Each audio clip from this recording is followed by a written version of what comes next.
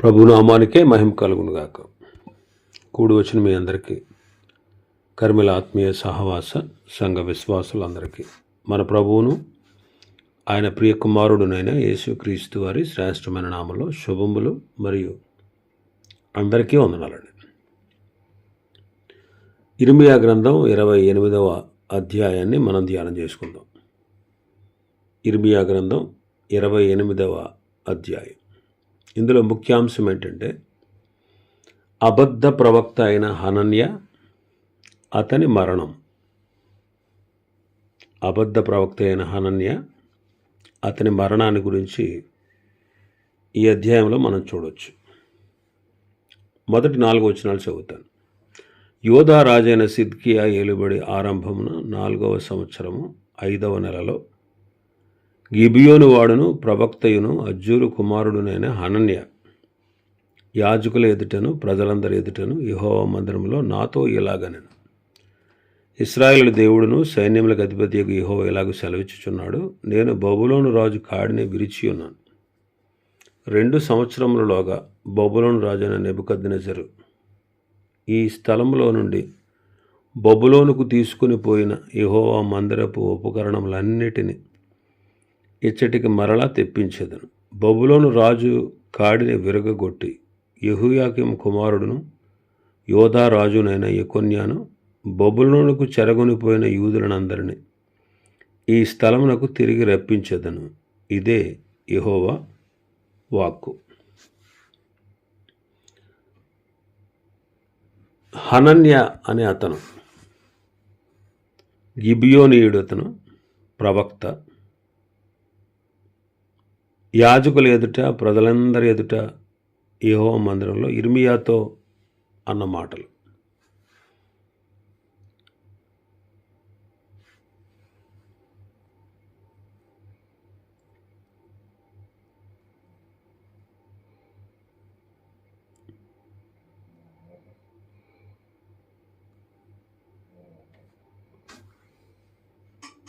ఇర్మియాతో మాట్లాడుతున్నాడు. ఏమనంటే, నేను బబులోను రాజు యొక్క కాడిని విరిచేశాను. 2 సంవత్సరాల్లోగా బబులోను రాజు అయిన నెబుకద్నెజరు ఈ స్థలంలో నుండి బబులోను తీసుకుపోయిన యెహోవా మందిరపు ఉపకరణాలన్నిటినీ ఇచ్చటికి మరలా తెప్పిస్తాను. బబులోను రాజు కాడిని విరగగొట్టి యెకొన్యాను చెరగొనిపోయిన యూదులందరినీ ఈ స్థలమునకు తిరిగి రప్పిస్తాను అని చెప్పాడు. అప్పుడు ప్రవక్త అయిన ఇర్మియా అన్నాడు, యాజకుల ఎదుట మందిరంలో నిలిచిన ప్రజలందరి ఎదుట హనన్యాతో ఏమన్నాడంటే, ఓకే, అలా జరుగుతుంది కాక, ఆయన అలాగే చేయునుగాక. యెహోవా మందిరపు ఉపకరణములన్నిటినీ చెరగొని పోబడిన వారిని అందరినీ బబులోను నుండి ఈ స్థలమునకు తెప్పించి నీవు ప్రకటించిన మాటలు నెరవేర్చునుగాక. అయినను నేను నీ చెవులలోను ఈ ప్రజలందరి చెవులలోను చెప్పుచున్న మాట చెత్తకించి విను.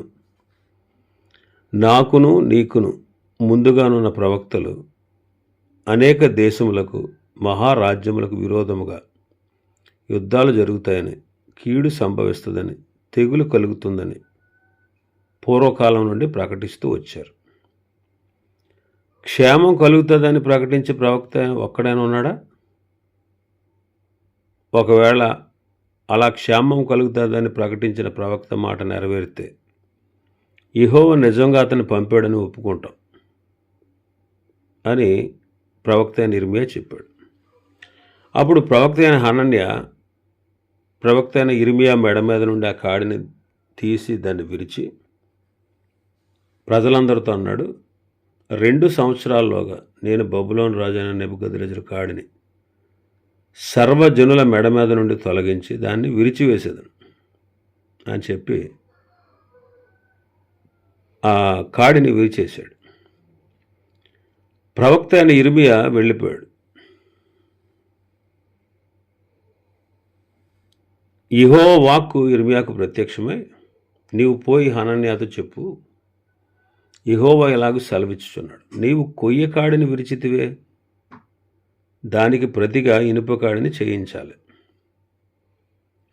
ఇశ్రాయేలు దేవుడు సైన్యములకు అధిపతి యెహోవా ఇలాగూ సెలవిచ్చుచున్నాడు, ఈ ప్రజలందరూ బబులోను రాజైన నెబుకద్నెజరుకు దాసులు కావాలనని వారి మీద ఇనుపకాడి ఉంచితిని గనుక వారు అతనికి దాసులవుతారు. భూజంతువులు సహా అతనికి నేను అప్పగించాను. హనన్యా, విను, యెహోవా నేను పంపలేదు. ఈ ప్రజలను అబద్ధమును ఆశ్రయింప చేస్తున్నావు. కాబట్టి ఆయన చెప్పేది ఏంటంటే, భూమి మీద నుండి నేను నిన్ను కొట్టివేస్తున్నాను. యెహోవా మీద తిరుగుబాటు చేయుటకే నీవు జనులను ప్రేరేపించావు గనుక ఈ సంవత్సరమున నీవు మరణమవుదువు అని చెప్పాడు.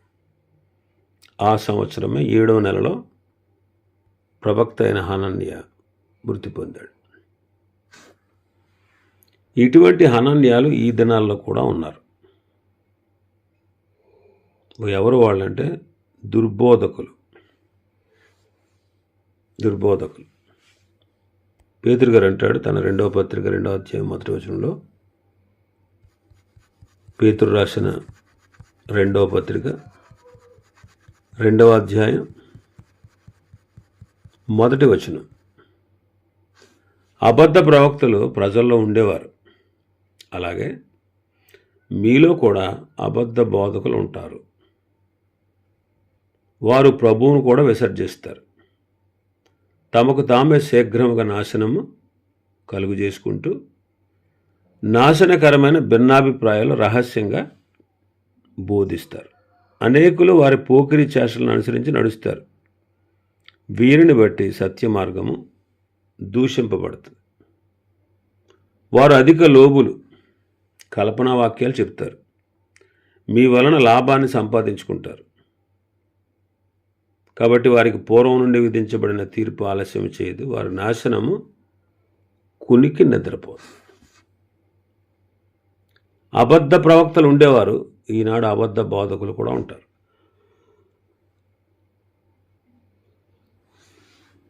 రోమాపత్రిక 16వ అధ్యాయం 17-18 వచనాలు. సహోదరులరా, మీరు నేర్చుకున్న బోధకు వ్యతిరేకంగా భేదములు ఆటంకములు కలగజేయ వారిని కనిపెట్టి ఉండుడని మిమ్మును బతిములా అనుకొనుచున్నాను. వారిలో నుండి తొలగిపోండి. అటివారు మన ప్రభువైన క్రీస్తుకు కాక తమ కడుపుకే దాసులు. వారి ఇంపైన మాటల వలనను ఇచ్చికముల వలనను నిష్కపటుల మనస్సులను మోసపుచ్చుదురు. కాబట్టి మనం నేర్చుకున్న బోధకు వ్యతిరేకంగా భేదాలు ఆటంకాలు కలగజేసే వారిని మనం ఏం చేయాలి? కనిపెట్టి వారిలో నుండి తొలగిపోవాలి. ఫిలిప్పీ పత్రికలో మనం చూస్తాం 3వ అధ్యాయం, ఫిలిప్పీ పత్రిక 3వ అధ్యాయం 17వ వచనం నుంచి చూస్తే, సహోదరులారా, మీరు నన్ను పోలి నడుచుకోండి. నేను మీకు మాదిరి అయిన ప్రకారం నడుచుకుని వారిని గురిపెట్టి చూడండి. అనేకులు క్రీస్తు శిలువకు శత్రువులుగా నడుచుకొనుచున్నారు. వీరిని గూర్చి మీతో అనేక పర్యాయాలు చెప్పి ఇప్పుడును ఏడ్చుచూ చెప్పుచున్నాను. నాశనమే వారి అంతము, వారి కడుపే వారి దేవుడు. వారు తాము సిగ్గుపడవలసిన సంగతుల్లో అతిశయపడతారు. భూ సంబంధమైన వాటి అందే మనస్సు ఉంచుతారు. తిమోతి 2వ పత్రిక 2వ అధ్యాయం 18వ వచనం, కొరుకుడు పుండు ప్రాకినట్లు వారి మాటలు ప్రాకును. వారిలో హొమెనయును ఫిలేతును ఉన్నారు. వారు పునరుత్థానము గతించనని చెప్పుచు సత్యము విషయమే తప్పిపోయి కొందరు విశ్వాసమును చెరుపుచున్నారు. సత్యమునకు భిన్నమైన బోధ వారు చేస్తున్నారు. అందుకే తిమోతితో పౌలు గారు అంటారు, నేను మాసిదోనియాకు వెళుతూ ఉన్నప్పుడు సత్యమునకు భిన్నమైన బోధ చెయ్యొద్దని, కల్పనా కథలు, మితములైన వంశావళులు, విశ్వాస సంబంధమైన దేవుని ఏర్పాటుతో కాకుండా వివాదంతోనే సంబంధం కలిగి ఉన్నాయి కనుక వాటిని లక్ష్య పెట్టొద్దని కొందరికి ఆజ్ఞాపించుటకు నీ ఎఫెసులో ఉండాలని నిన్ను హెచ్చరించిన ప్రకారం ఇప్పుడును హెచ్చరిస్తున్నాను. సత్యమునకు భిన్నమైన బోధ చెయ్యొద్దు. వీరే హనన్యాలు, అంటే దుర్బోధకులు అన్నమాట. వీళ్ళు ఎలాంటి వాళ్ళు?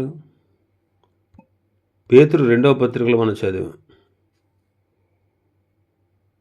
17వ వచనం మనం చదివితే 17వ వచనం, వీరు నీళ్లు లేని బావులు, పెనుగాలికి కొట్టుకొని పోవు మేఘములు.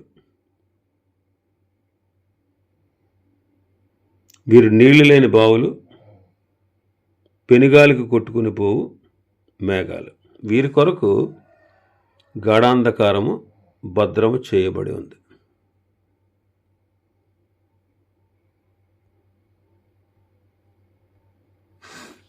తమ అవమానాన్ని వెళ్ళగక్కేవారు. యోధాపత్రిక 12-13 వచనాలు.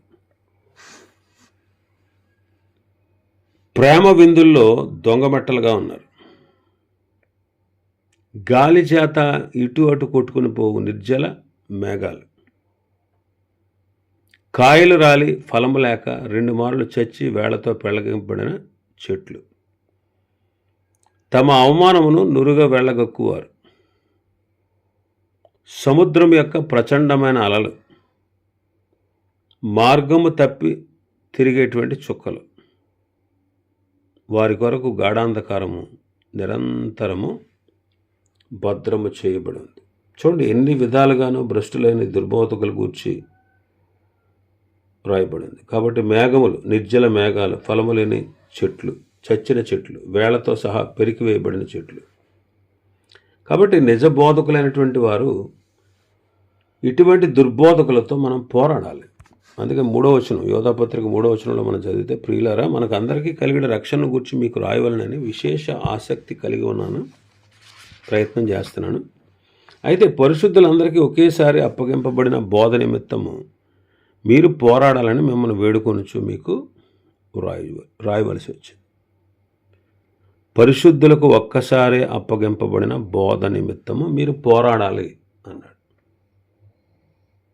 కాబట్టి ఇటువంటి వారు దుర్బోధకులు వాక్యాన్ని కలిపి చెరుపుతారు.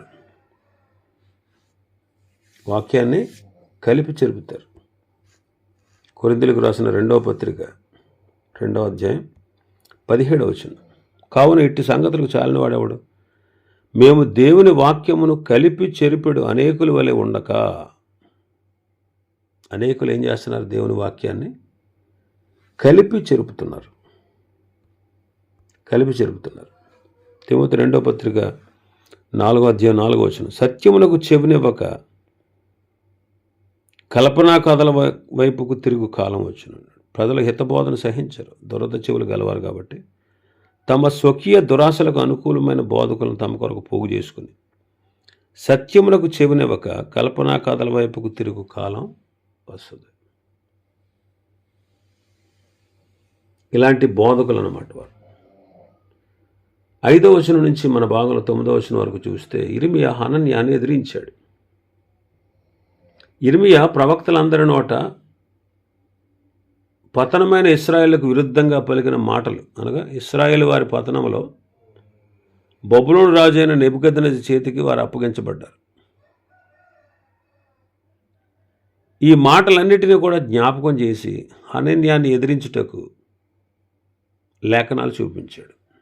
ఇదిగో యుద్ధం జరుగుతుంది, కరువు వస్తుంది, మీకు కీడు కలుగుద్దని చెప్పిన ప్రవక్తలే ఉన్నారు, కానీ మేలు జరుగుతుంది అని చెప్పిన ప్రవక్తలు ఎవరైనా ఉన్నారా? ఆ విషయాలను జ్ఞాపకం చేసి ఆ లేఖనాలను బట్టి అతన్ని ఎదిరించారు. కాబట్టి మనం కూడా లేఖనం ప్రకారమే బోధించాలి. లేఖనంలో ఉన్నది ఉన్నట్టుగా మనం బోధించాలి, ఉన్నది ఉన్నట్టుగా. ఆ లేఖనంలో అలా రాయబడి ఉందో లేదో అనే విషయాన్ని కూడా మనం గ్రహించాలి.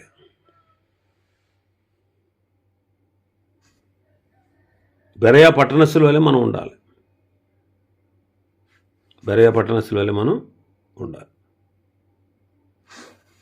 అపొస్తలుల కార్యములు 17వ అధ్యాయం 2-3 వచనాలు చదివితే, పౌలు తన వాడుకు చొప్పున సమాజ మందిరం వారి వద్దకు వెళ్ళి, క్రీస్తు శ్రమపడి మృతుల్లో నుండి లేచుట ఆవశ్యకమనియు, నేను మీకు ప్రచురం చేయి యేసే క్రీస్తై ఉన్నాడనియు లేఖనముల్లో నుండి దృష్టాంతములను ఎత్తి విప్పి చెప్పుచు వారితో 3 విశ్రాంతి దినములు తర్కించుచుండెను.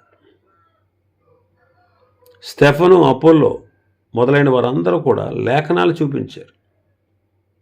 లేఖనాల్లో ఉన్నదాన్ని వివరించి ప్రజలకు అర్థం చేయించారు. ఫిలిప్పు కూడా నపుంసకుడికి లేఖనానుసారంగా మాట్లాడుతూ క్రీస్తును గూర్చి ప్రకటించాడు. మనం మన బోధలు లేఖనానుసారంగా ఉండాలి. అంటే వాక్యానుసారమైనటువంటి బోధనే మనం చేయాలి. దుర్బోధకులైతే కల్పనా కథలు చెప్తారు. వాటి విషయం మనం జాగ్రత్త పడాలి. ఇర్మియా వలె లేఖనాల్ని చూపించి వారిని ఎదిరించాలి. ఆ తర్వాత 10వ వచనంలో మనం చూస్తే ఇర్మియా హనన్యా వద్ద నుంచి వెళ్ళిపోయాడు. అలాగే మనం కూడా దుర్బోధకుల దగ్గర నుంచి తొలగిపోవాలి. మీరు నేర్చుకున్న బోధకు వ్యతిరేకంగా భేదాల ఆటంకాలు కలగజేసే వారిని కనిపెట్టి వారిలో నుండి తొలగిపోండి అంటాడు రోమాపత్రికలో. దుష్టుల యొద్ద నుంచి దూరంగా తొలగిపోవాలి.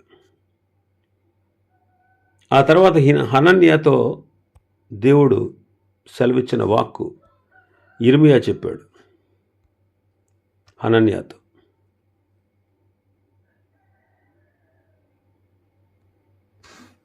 పన్నెండవ వచనం నుంచి 11వ వచనం నుంచి మనం చూస్తే, ప్రవక్త అయిన ఇర్మియా మెడ మీద నుండి కాడిని తీసి విరిచి ప్రజలందరి ఎదుట ఏమన్నాడంటే, యెహోవా ఇలాగ సెలవిచ్చున్నాడు, 2 సంవత్సరాల్లోగా నేను బబులోను రాజైన నెబుకద్నెజరు కాడిని సర్వజనుల మెడ మీద నుంచి తొలగించి దాన్ని విరిచేస్తాను. ఇర్మియా వెళ్ళిపోయాడు. హనన్యా కాడిని విరిచేశాడు. ఇలాగ 2 సంవత్సరాల్లోగా బబులోను రాజైన నెబుకద్నెజరు కాడిని విరిచేస్తాను అంటున్నాడు. ఇర్మియా వెళ్ళిపోయాడు. అప్పుడు ప్రభు ఇర్మియాతో చెప్పాడు, నీవు వెళ్ళి హనన్యాతో మాట్లాడు. నీవు కొయ్యి కాడిని విరిచేసావు కదా, దానికి ప్రతిగా ఇనుపు కాడిని చేయించాలి. ఈ జనులందరూ బబులోను రాజైన నెబుకద్నెజరుకు దాసులు కావాలనని వారి మీద ఇనుపు కాడి ఉంచాను, కనుక వారు అతనికి దాసులు అవుతారు. భూజంతువులు కూడా నేను అతనికి అప్పగిస్తున్నాను. హనన్యా విను, యెహోవా నిన్ను పంపలేదు. ఈ ప్రజలను అబద్ధమును ఆశ్రయింపజేస్తున్నావు. భూమి మీద ఉండకుండా నీవు కొట్టివేస్తున్నాడు దేవుడు. నీ మీద తిరుగుబాటు, యెహోవా మీద తిరుగుబాటు చేయటకు నీవు జనులు ప్రేరేపించావు కనుక ఈ సంవత్సరంలోనే చనిపోతావు. చూడండి, దుర్బోధకుల గతి కూడా అంతే. నాశనమే వారి అంతం. ఫిలిప్పీ పత్రికలో మనం చదువుతాం, నాశనమే వారి అంతం. వారి క్రియల చొప్పున వారికి అంతం కలుగుద్ది. వీరి కొరకు గాఢాంధకారము భద్రం చేయబడింది. పేతురు 2వ పత్రిక 2:17 చదువుతాం. వీరి కొరకు తీర్పు సిద్ధంగా ఉంది. యోధా పత్రిక 14-15 వచనాలు చదువుతాం. కాబట్టి హనన్యాలు మరణమవుతారు అంటే ఈ దుర్బోధకుల గతి తీవ్రమైంది. ఇటువంటి దుర్బోధకుల విషయమే మనం చాలా జాగ్రత్త పడాలి. దేవుడే వారి ద్వారా మాట్లాడినట్టు మాట్లాడతారు. దైవ చిత్తాన్ని వారు గ్రహించరు. అందుకే ప్రభు చెప్పాడు మత్తయి సువార్త 7:15లో, గొర్రె చర్మాలు ధరించిన క్రూరమైన తోడేళ్ళు. మత్తయి సువార్త 23వ అధ్యాయం ప్రకారం వారు చెప్పుదురే కానీ చేయరు. వారు వేషధారుడు, వారు సర్ప సంతానం. ఈ హనన్యాలే నేటి దుర్బోధకులు. మత్తయి సువార్త 23వ అధ్యాయం మీరు చదవండి. తర్వాత సాతానుతో పాటు వారు నరకాగ్నిలో పడిపోతారు.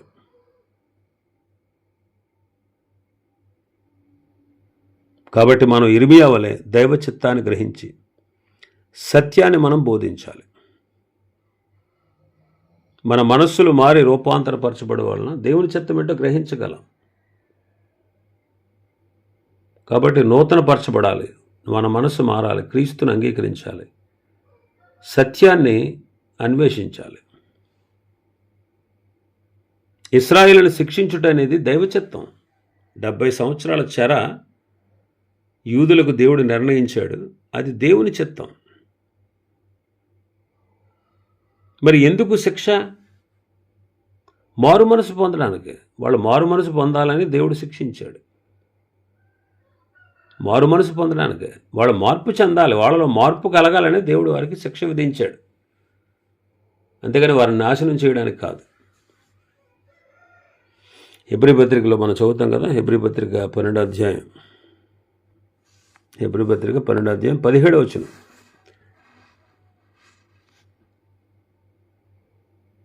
హెబ్రీ పత్రిక 12వ అధ్యాయం 7వ వచనం, 17 కాదండి 7వ వచనం.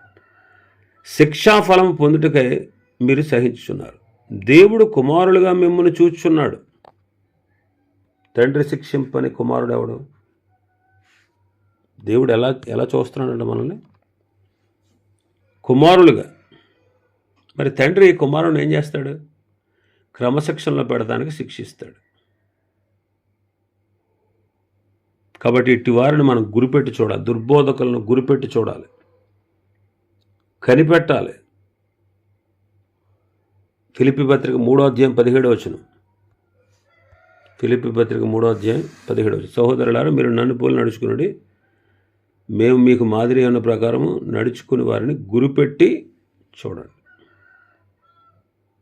దుర్బోధకులు ఎవరో తెలుసుకోవాలి, సత్యబోధకులు ఎవరో తెలుసుకోవాలి, కనిపెట్టాలి వాళ్ళని. రోమాపత్రిక 16వ అధ్యాయం 17-18 వచనాల్లో మనం చూస్తే, మీరు నేర్చుకున్న బోధకు వ్యతిరేకంగా భేదాలు కలగజేసి ఆటంకాలు కలగజేసే వారిని కనిపెట్టాలి, వారిలో నుంచి తొలగిపోవాలి. యోహాను 2వ పత్రిక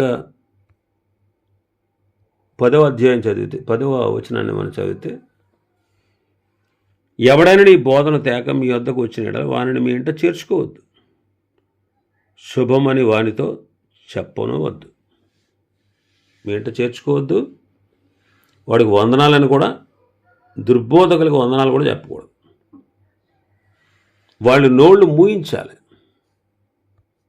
వారి నోళ్ళు మూయించాలి. అనేకులు అవిధేయులు, సున్నతి సంబంధులు, వదరబోతులు, మోసపుచ్చేవారు. వాళ్ళ నోళ్ళు మూయించు అంటాడు తీతు పత్రిక 1వ అధ్యాయం 11వ వచనం. ఉపదేశించకూడని వాటిని దుర్లాభం కొరకు ఉపదేశించుచు కుటుంబములనే పాడు చేయుచున్నారు. వాళ్ళ నోళ్ళు మూయించాలి. తిమోతి 2వ పత్రిక 2వ అధ్యాయం. నీవు అనేక సాక్షులు ఎదుట నా వలన మిగిలిన సంగతులు ఇతరులకు బోధించుటకు సామర్థ్యము నమ్మకము కలిగిన మనుషులకు అప్పగించు. మంచి సైనికుడు వల్ల నాతో కూడా శ్రమను అనుభవించు. కాబట్టి వాళ్ళ నోళ్ళు మూయించాలి, అబద్ధికుల నోళ్ళు. చూడండి, 70 సంవత్సరాల దేవుడు చెరగా వాళ్ళని నిర్ణయిస్తే వీడేమంటున్నాడు? 2 సంవత్సరాల్లోగా మళ్ళీ తిరిగి వచ్చేస్తారు, 2 సంవత్సరాల్లోగా బబులోను రాజు కాడిని విరగొట్టేస్తాను, 2 సంవత్సరాల్లోగా మళ్ళీ తీసుకుపోబడిన హనన్య, యెకొన్య, మిగతా వాళ్ళు వచ్చేస్తారు, మందిర సామాన్లన్నీ తీసుకొచ్చేస్తారు అంటున్నాడు. దేవుడు చెప్పలేదు, అబద్ధాలు ఆడుతున్నాడు, అబద్ధాలను కల్పించి చెబుతున్నాడు. అందుకే ఇర్మీయా అన్నాడు, హనన్య విను, ఈ సంవత్సరమే నువ్వు మరణిస్తావు అన్నాడు.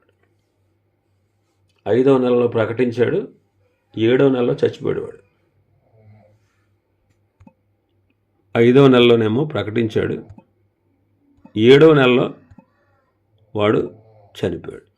ఆ సంవత్సరం 7వ నెలలో ప్రవక్త అయిన హనన్య మృతి పొందాను. దుర్బోధకుల గతి అలా ఉంటుంది. కాబట్టి మనం చాలా జాగ్రత్త వహించాలి, దుర్బోధకుల విషయంలో జాగ్రత్తగా ఉండాలి. ఎంతసేపు వాళ్ళు లోక సంబంధమైన వాటినే చెప్తారు, ఆత్మరక్షణ కొరకు కావలసినటువంటి వాటిని గురించి, మారు మనసుని గురించి, తీర్పును గురించి, నరకాన్ని గురించి, శిక్షను గురించి, దేవుడిచ్చే రక్షణ గురించి వారు చెప్పరు. ఎంతసేపు ఆరోగ్యం, మరి ఆశీర్వాదాలు, అష్టైశ్వర్యాలు, భోగభాగ్యాలు, వీటి గురించే చెప్తారు. అద్భుతాలు, సూచక్రియలు, మహత్కార్యాలు, వీటి గురించే చెప్తారు. భౌతిక సంబంధమైనటువంటి అవసరతలు, అక్కరలు తీరుతాయని ప్రజలను ప్రలోభపెడతారు. అలాంటి వాళ్ళు మీరెవరో నాకు తెలియదు అవతల పోండి అనే స్థితిలో ఉంటారు. ప్రభువా, నీ నామం పేరట దెయ్యాలు వెళ్ళగొట్టాం, నీ నామం పేరట ప్రవచించాం, నీ నామం పేరట అద్భుతాలు చేశాం అంటారు. మీరెవరో నాకు తెలియదు, అవతలకు పొండని ప్రభు వారిని త్రోసివేస్తాడు. ఇవి ఈ అధ్యాయంలో ఉన్నటువంటి విషయాలు. ప్రభు చిత్తం మీద మరొక అధ్యాయాన్ని రేపటి దినం ప్రారంభించుకుందాం. దేవుడి వర్తమాన వాక్యాన్ని మన వెనుకడిలో ఆశీర్వదించునుగాక. ఆమేన్.